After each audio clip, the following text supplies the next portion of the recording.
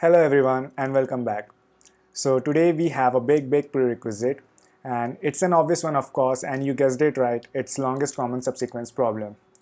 Now since we are going to look into its variations, it only makes sense that we have a thorough understanding of the question first itself, the original question. So if you do not have a thorough understanding of longest common subsequence, or you haven't solved it yet, I recommend you watch my previous video, and that is the longest common subsequence problem video. And that is it. That's the prerequisite we have for this video, and let's start now. And I'll start with a quick recap anyways. So before we started solving the problem longest common subsequence, we listed a bunch of its standard variations and decided that we'll solve it on a later date, and shifted back our focus right back to the problem longest common subsequence. We started by developing a flow which involved what a subsequence is, what is a common subsequence. We took two sequences, listed out all its subsequences, and then rounded off the common ones. It was a naive approach, so we shifted to a dynamic programming approach which involved tabulation method. Before we get into the table, we observed that when we were manipulating the two strings, basically four operations were taking place: insert, skip, match, and mismatch. Now, even though the table manipulation was too tough to understand for the first try, but on the back end, on the editor, it was a simple code which involved just two cases, namely that the character of the two strings either match or they do not match. If they do not match, we do an operation, that is take the maximum available at the top of the cell or to the left of the cell. But if they match, we take the element placed at diagonally upwards leftwards and add one to it. So these were the two simple cases that we observed, and we also worked on why we were doing that specific set of formula, applying that formula for the specific situation, if condition. Other than that, we saw what shifting right on the table actually meant for strings and we also visualized it, and what shifting down on the table actually meant for the strings, and we visualized that as well. So once we were clear with what shifting right on the table meant to the strings, what shifting down on the table meant to the string, what shifting diagonally downwards meant, and how that shifting operation was converted into mathematical terms, formula, or the mathematical relation, we started building our table in a row-wise manner. We iterate row-wise, and in each row we iterate column-wise. So at the end of the table, we had the element as our answer, and for the example we had taken, we got 3 as an answer, which was nothing but the longest common subsequence length. Apart from length, we discussed briefly on how one was supposed to list out or print the longest common subsequence, print the subsequence, not the length. So for that, backtracking was the key, but we didn't go further into deep details. We shifted to our editor and coded what we had seen so far, which involved basically just two conditions inside an O of n square loop. And the two conditions were simple and straightforward, even though it took us a lot of time to understand what it really meant on the theoretical table we were developing, dynamic table, tabulation method. So at the end of it, we ran the program and compared our result on the editor with the theoretical answer we had obtained by manually. So that is it on the recap. I hope it kind of freshened up the memory, and now we are set to move on with the longest common subsequence variations. So at first I have chosen the variation largest common substring. So longest common substring problem statement goes like: given two strings, the task is straightforward to find the length of the largest common substring. Now throughout all our variations, we are going to try to connect back to the longest common subsequence, fine tune it to minimum changes by adding minimum amount of changes and just converting that whole longest common subsequence to the solution for the variation problem. So the only change that I can see is substring. So what is the difference between a subsequence and a substring? So we start with pointing out the difference between the two. So let me take a sequence with A, B, C, D, E, F, G, H. So subsequence will be any order of any letters as we move from left to right, and we are allowed to skip a few in between. But in a substring, let me take the string A, B, C, D, E, F, G, H. In a substring, we are not allowed to skip letters in between. So if I were to point out examples of substring from this, one would be A, B, C, D, all continuous, no breakpoint, C, D, E, F, G, again continuous, F, G, H. So in concrete terms, what is the difference between a subsequence and a substring? So in a subsequence, discontinuous selections for characters are allowed. So we can do discontinuous selection. We can select A, B, then leave C, D and shift to E. But on a substring, we are not allowed to skip characters in between. The continuous set of characters selection is what defines a substring. If we are selecting set of characters, they must be continuous. There should not be any letter in between that we skipped, unlike what we are supposed to or allowed to do in a subsequence. So how does these differences between subsequence and substring impact the longest common subsequence dynamic programming tabulation method approach? So in LCS problem, we had two cases in case of subsequences. If we encountered a match in the character, which was the first case, what we did was dpi comma j is equal to dpi minus 1 j minus 1 plus 1, that is the element at the diagonally upwards leftwards plus 1. And if we had a mismatch, that is not a match, what we did was dpi comma j is equal to maximum of dpi minus 1 j and dpi j minus 1. So I'll quickly write that down.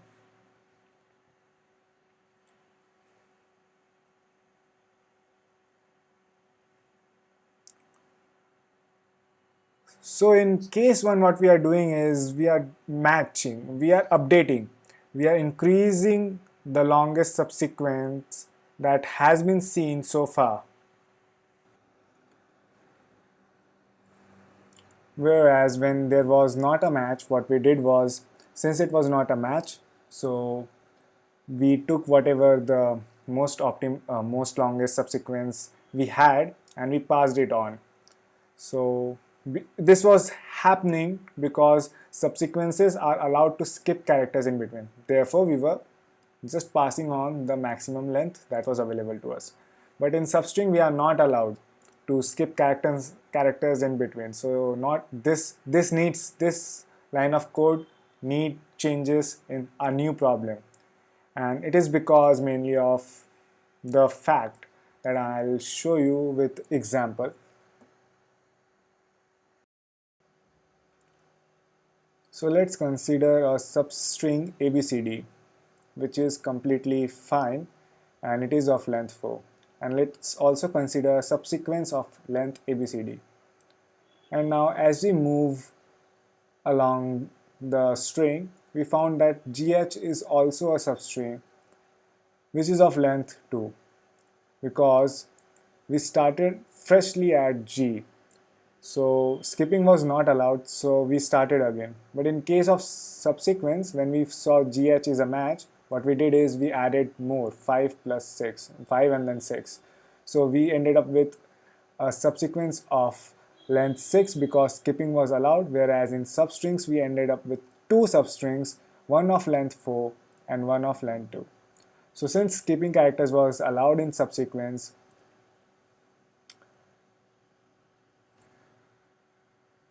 we continued maximizing result.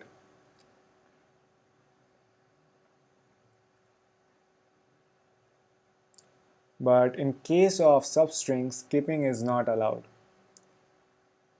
Each time there was a break in continuity, we had to restart.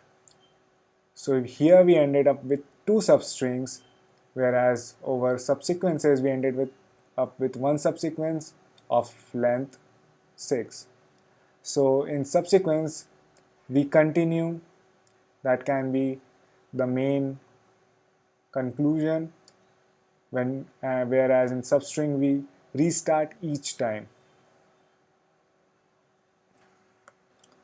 So now, how does this conclusion affect our code? So let's see the two cases we have for substrings.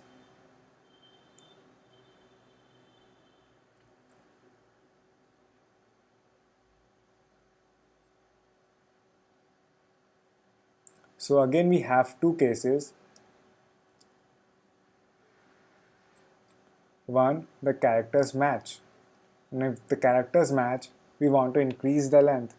So it will be same as the previous. dpij is equal to dpi minus 1 j minus 1 plus 1. And it makes sense because increasing length for match by 1, we are increasing the length for match by 1. We are adding the matched to our previously longest substring. Whereas now when a not a matched case is found, instead of passing on whatever max we have, we need to restart, we need to break. So dpi comma j is equal to 0. What does this 0 signify? It signifies what we saw above, that for a mismatch we do not pass on the optimized result for future use because skipping is not allowed for characters. So it's each time there is a mismatch we want to break the progress, and when we see not a match we just need to initialize back to 0. We need to restart, we need to start fresh. So now I'm going to shift to my editor and apply these changes to my previous program. So here is the my previous program for longest common subsequence, and now I'm going to edit it into longest common substring. So first of all, what I will do is change the example to what we took on our whiteboard, so that it makes sense when we run the program. And now my first editing will involve an introduction to a new variable by the name longest substring underscore answer. So it is going to store our answer, which is the longest substring. At the beginning it is 0, the longest substring is 0, and at the end I want to return this, that is longest substring answer. So when there is a match, we increase our LCS by 1, and just as we increase it, I want to take the maximum of that element in the table or what we already have, that is longest string answer. So this is basically going to keep the maximum continuous longest string we face as we iterate through the table. And as we saw that in the else condition, we want to restart it, break the program if we find the mismatch. So LCSij is equal to 0. When I run the program returns me 4, which is the expected output. So now we have seen the variation longest common substring, which was nothing but if we see a mismatch, we just restart this counting for the longest common substring. With just that modification to your code, we have completed longest common substring. Now we move on to the next variation, that is longest repeating subsequence. So the problem statement for longest repeating subsequence is that given a string str, find the length of the longest repeating subsequence such that it can be found twice in the given string. So it can be found twice in the given string. Now the important hint that the question is supplying us is that the two identified subsequences A and B can use the same ith character from strings str if and only if that ith character has different indices in A and B. Okay, now we are going to use it and apply the changes to our function LCS. So the function for which we already have the code ready is LCS, that is longest common subsequence function. But what our LCS function used to have as arguments were string 1 and string 2, that is two arguments, but now we are just supplied with one string. So what we are going to do is equate string 1 to string and string 2 to string, basically string 1 equal to string 2. So what it will do is align string as horizontal axis and the same string at the vertical axis as well. But let's not talk about it, about the depth of the matrix. Let's keep our focus on the variation, the changes the variation is causing us to make on the program. So we have the important statement over here, and that statement in fact has all the ingredients we need to make changes to our cases. So again, we have two cases as we iterate over the strings placed horizontally and on the horizontal and vertical axis of the table. For each element in the table, we either have a match in characters of the two strings. I'm doing I-1 because I'm considering one indexing in the DP table, which we actually did when we were solving the longest common subsequence. So I-1 just neutralize it back to the zero indexing for the string. So the additional case that I'm adding over here to this match case is string I-1 is equal to string I-2, doesn't matter, it's the same. But actually over here I want to ensure that I is not equal to j, and I have derived it from the important statement that was given to us. I'm not going to over explain it, just think about it for a while and you'll know how does that help us tackle the problem. So inside the if block we have pretty much the same operations taking place on the DP table. Other than that, for the not a match case, everything is pretty much the same. So now I'm going to switch to my editor and make the changes applied to the previously defined LCS function. So here is the LCS function, longest common subsequence function, and now we are going to add some changes so that it can adapt itself to solve the problem involving longest repeating subsequences. So I'll start with changing the input strings so that it matches what we took as our example on the whiteboard. So string 1 is AXXXY, and there is no second string as an input, so I'm going to remove that from here as well. And on the first line I'm going to assign S2 is equal to S1. Now I'm going to leave everything else pretty much the same, and will be equal to M because S1 is equal to S2. Other than that, as we saw, the only change that we require to put is I not equal to j. I did not over explain it, or in fact just hinted you that all the clues you need lies on the statement that is written under the important mark along with the question. So let's run the program and check if the output is matching the output that we had for this input.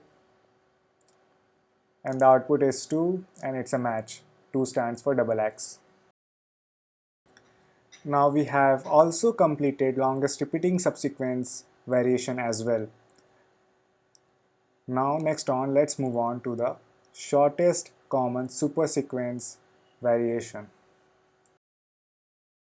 Now the first look at the question doesn't suggest as an LCS variation to most of the people, but it is in fact a variation of LCS problem.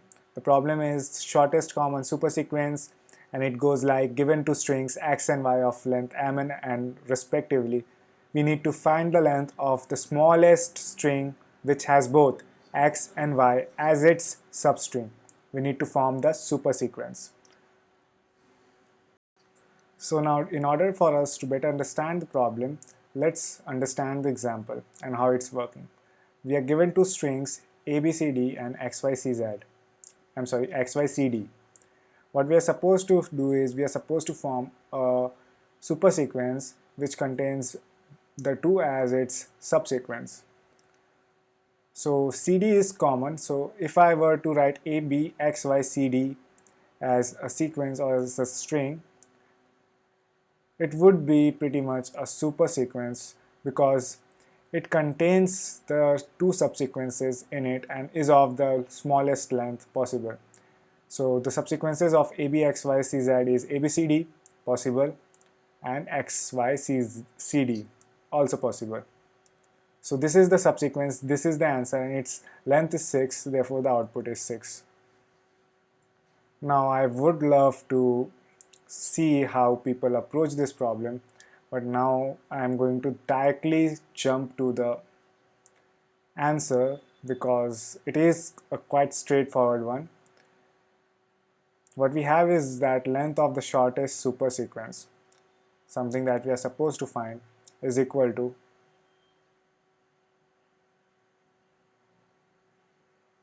at this point. If you don't want a spoiler, you can pause the video and think about it a bit.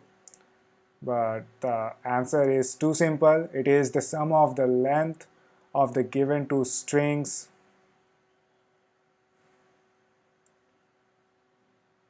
minus length of LCS of 2 given strings, of the 2 given strings. Strings are nothing but sequences, so pardon me if I have written strings, these are just sequences, replace them with sequences.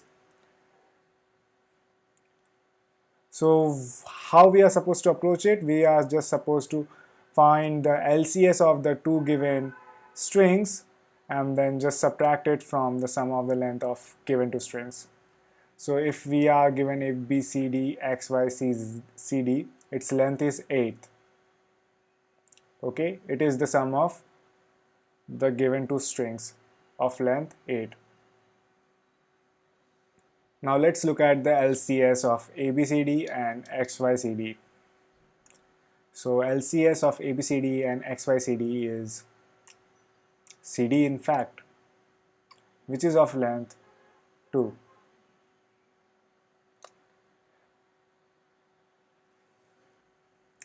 So we observe that CD is being repeated in repeated where? Actually, if this at the top ABCD XYCD, we call it as a supersequence, that is the sum of the 2 strings, and we are about to optimize it. It is our initialized supersequence. So we observe that CD is being repeated in the supersequence, and since we are supposed to find the shortest supersequence, we can actually remove the extra ones. So subtract it once, that is remove the extra ones, remove the repetition. So what I am doing is sum of the length of given 2 strings minus length of the LCS of the 2 given strings. So length of the 2 LCS is 2 and the sum is 8. So 8 minus 2 is nothing but removing the extra ones from the raw supersequence that we did take without any initialization, and therefore 8 minus 2 is equal to 6. 6 is the output and the answer as well, because the length over here in our answer is also AB, XY, CD is of length 6. So now let's quickly code the program for shortest common subsequence on the editor as well. I have modified the exam input in accordance to what we had on the whiteboard, so that we can actually match the answer once we run the program. So as we observe, the only change that is going to be there in the function is what we are returning. So instead of returning LCS, what we want to return is the sum of the 2 strings, that is m plus n minus LCS, and we want to return this. That's it, the only change we are supposed to make. And it returns, when I run the program, answer as 6, which matches. Now we have covered 3 of the variations. We are done with shortest common supersequence. Now we are left with edit distance variation. So in this variation, what we have is we have the editing distance problem. The problem goes like, we are given two strings s and t, and we are supposed to return the minimum number of operations required to convert s to t, or vice versa. It's not mentioned there, but it doesn't matter. You have to convert s to t or you convert t to s, it doesn't matter. So the possible operations are permitted. First is insert a character at any position of the string. So in string as, we can insert any character between any two characters, or we can remove any character from the string. So in string s, we can remove any character between, if there is a between b and d, we can remove a, we are allowed. And we can in fact replace any character from the string with any other character. So replace in the sense, if a is between b and d, we can replace a with c, so it will become bcd.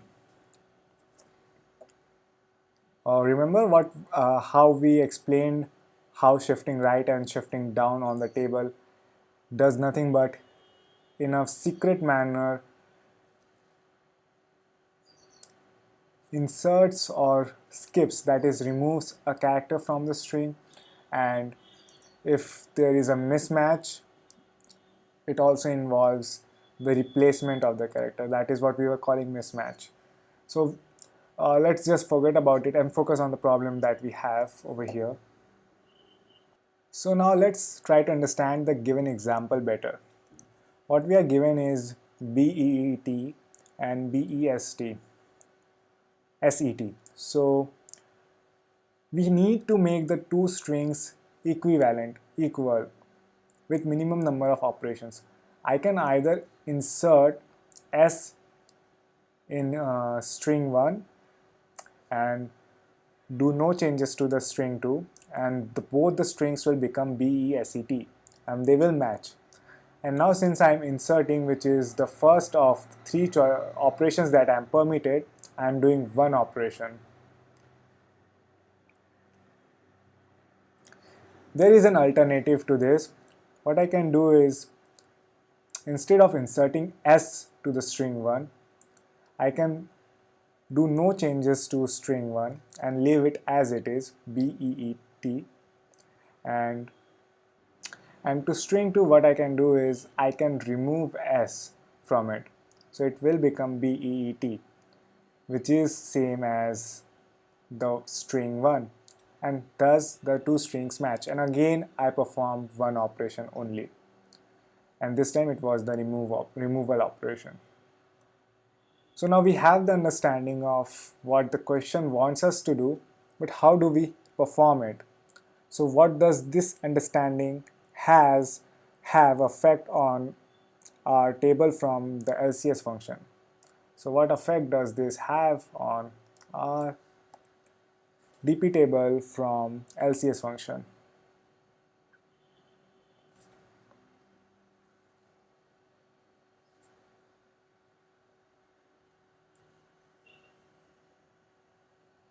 So actually for this problem, the initialization of the table will differ a bit, and before we make the difference, it's important that we understand why it is differing.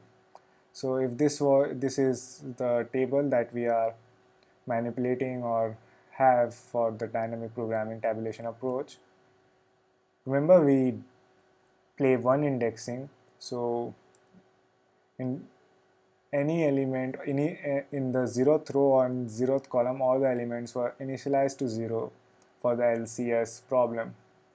But over here we will have a difference. If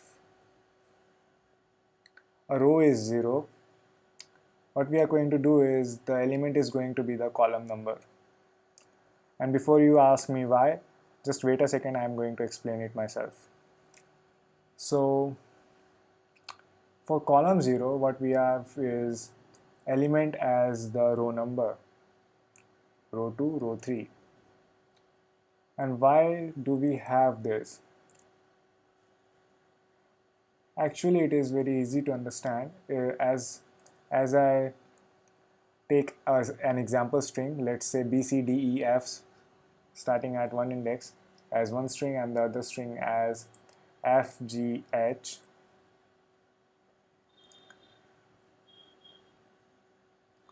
So for string 1 equal to B, string 2 is empty. We are on the 0th row, alright. So string 1 is equal to B and string 2 is empty. So string 2, for what we can do is either we can insert B to string 2 or remove B from string 1 to make the two strings equal. So operation is equal to 1 and 1 is nothing but the column number. So if this is J, the columns are J, so operation is equal to 1 is equal to J. Now for J is equal to 2, I am moving along the column. For J equal to 2, let's look at it. String 1 is BC and string 2 is, again we are on the 0th row, so empty. Now for this case, either we can again remove B and C from string 1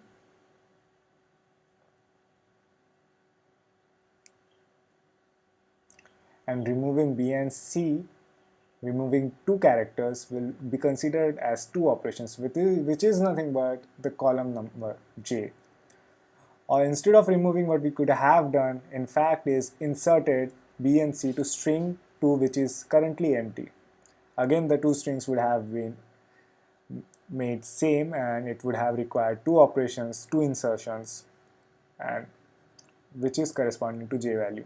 So now I hope you understand why we have the element for the 0th row as column number and the element for the 0th column as the row number.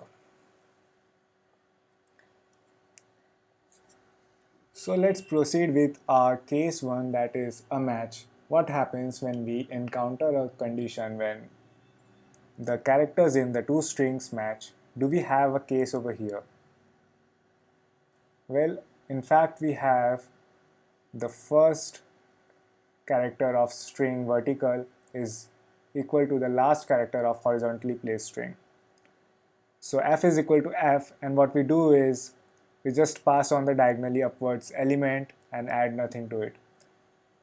Now it is important to understand that in this DP we are storing not the length of the longest common subsequence. In fact we are storing the number of operations that have taken place, and since we are not inserting or removing, we are in a match situation, we are not performing any operation of the three given, that is insert, remove or replace. We are satisfied, we don't need to make any changes. So this is a different case scenario, and this time we are satisfied. We want to minimize the elements in this DP and we don't want to add one here because the elements are matching. We want to add one when the elements are not matching, and we need to perform an operation like insert, remove or replace. So what we have over here is the first case. Of course this will also have two cases, match and not a match case. Now we have initialized the 0th row and 0 column, so we are moving to the first case, that is in case of match what we want to do is dpij is equal to dpi minus 1 j minus 1. That's it, no operation is being performed, so we keep it minimized. Now the other case is not a match, and what we do is, I'm going to write it first, we add 1 to the minimum, this time minimum of course because we want to not maximize the number of operations but minimize the number of operations. So we want to add 1 to the minimum of all the adjacents we have available, that is I minus 1 j, I j minus 1, I minus 1 j minus 1. Now why we are adding 1? One operation is required because there is a mismatch. So we require an operation to make it a match for that character. So it is either going to be an insert, a remove or replace. We don't know and we don't care. It's just an operation needs to be performed. Now an operation needs to perform on what? Insert, remove, or replace. How do we represent it over here?